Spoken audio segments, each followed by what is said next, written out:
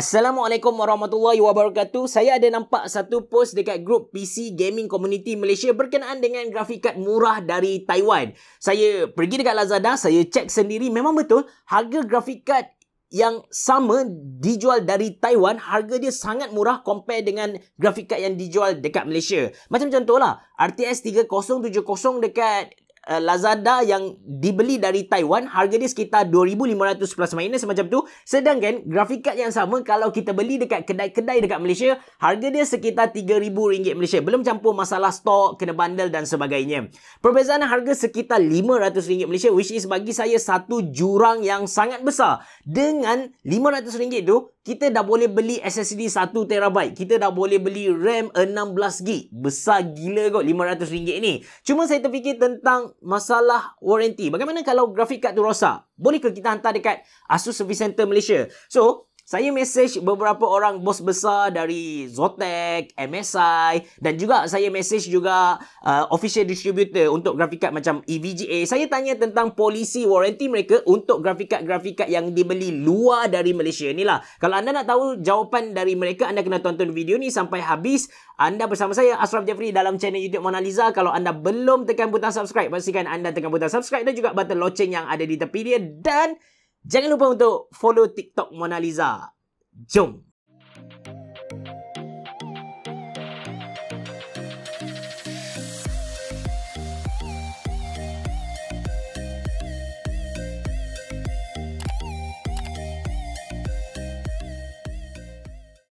Dalam kes kali ni, saya tanya Asus, saya tanya MSI Malaysia, Zotac Malaysia, Colourful, Inno3D dan juga official distributor untuk EVGA Malaysia.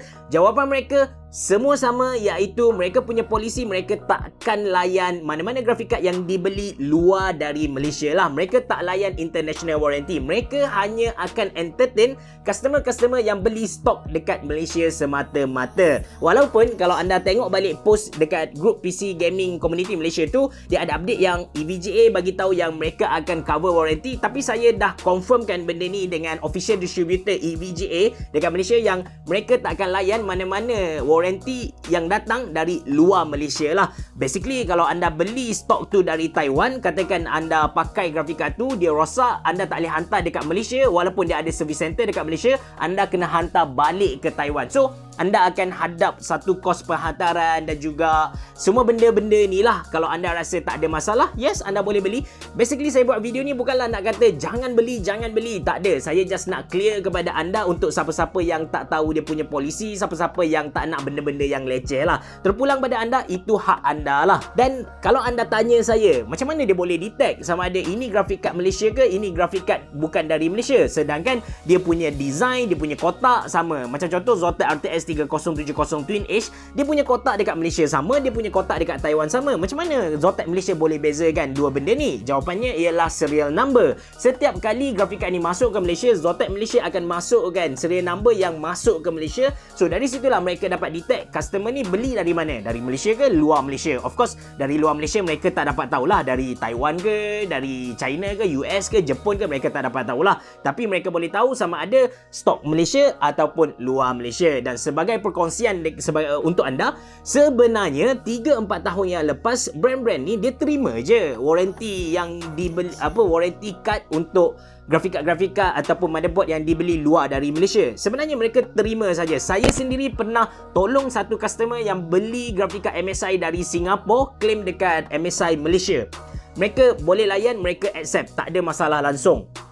Tapi mereka stop polisi ni bila mana berlaku satu kes dalam grup PC Gaming Community Malaysia. Grup ni memang dia menarik, grup ni sangat banyak drama. So satu ketika dahulu adalah seorang manusia ni, kononnya official EVGA distributor untuk EVGA Malaysia, dia buat satu, kita cakap apa, aktiviti yang dipanggil sebagai kader.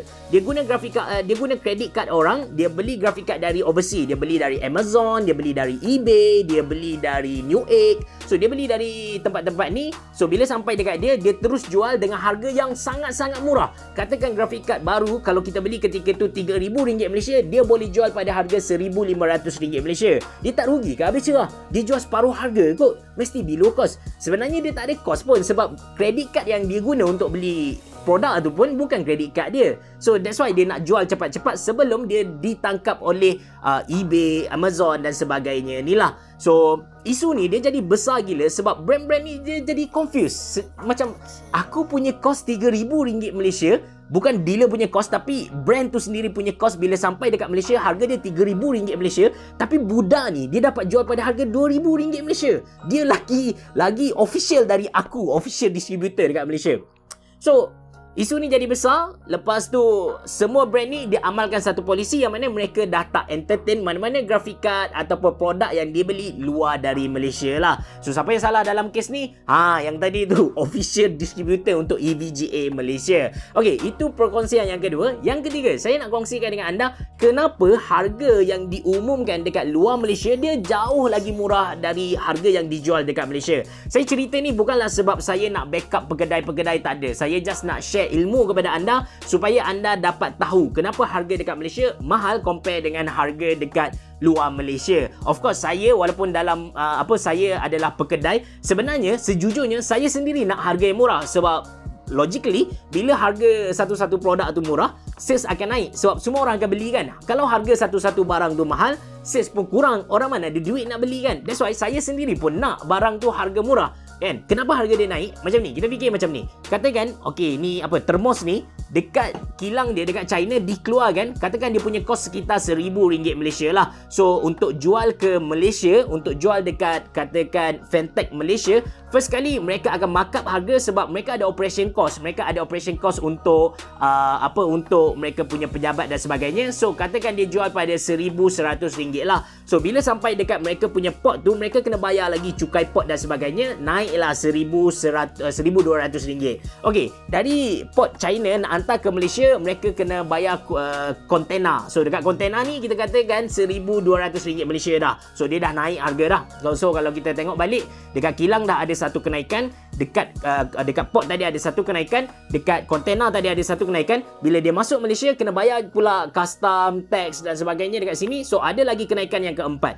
Okey, so sekarang katakan dah jadi RM1,400 Malaysia dekat port baru ni. Dan bila masuk ke dalam office katakan Fentech Malaysia, mereka kena fikir berapa harga mereka kena jual. So bila mereka fikir harga berapa mereka nak letak tu, mereka kena fikir juga operation cost yang mereka kena tanggung dekat Malaysia. Itu yang pertama. Yang kedua, mereka kena fikir juga berapa untung yang mereka nak ambil. Yang ketiga, mereka kena fikir juga marketing cost yang mereka patut ambil dari satu produk ni. Lepas tu mereka kena fikir juga warranty cost, repair cost, RMA cost untuk produk tu. So kalau kita tengok dekat sini ada banyak level yang menyebabkan harga barang tu naik. So dari Fentech Malaysia, mereka jual pula kepada distributor Malaysia, official distributor Fentech Malaysia. So daripada official distributor, mereka jual pula dekat kedai. So naik lagi harga dekat situ. Dekat kedai lah baru jual kepada end user. That's why harga yang kita dapat tu agak mahal compare dengan apa yang diumumkan dekat US, dekat Amerika dan sebagainya. Dan benda ni dia bergantung juga pada satu currency. So sebab urus niaga ni berlaku dalam bentuk USD, dalam nilai mata wang USD. So dia bergantung kepada naik turun currency tu sendiri juga. Yang kedua, dia bergantung juga kepada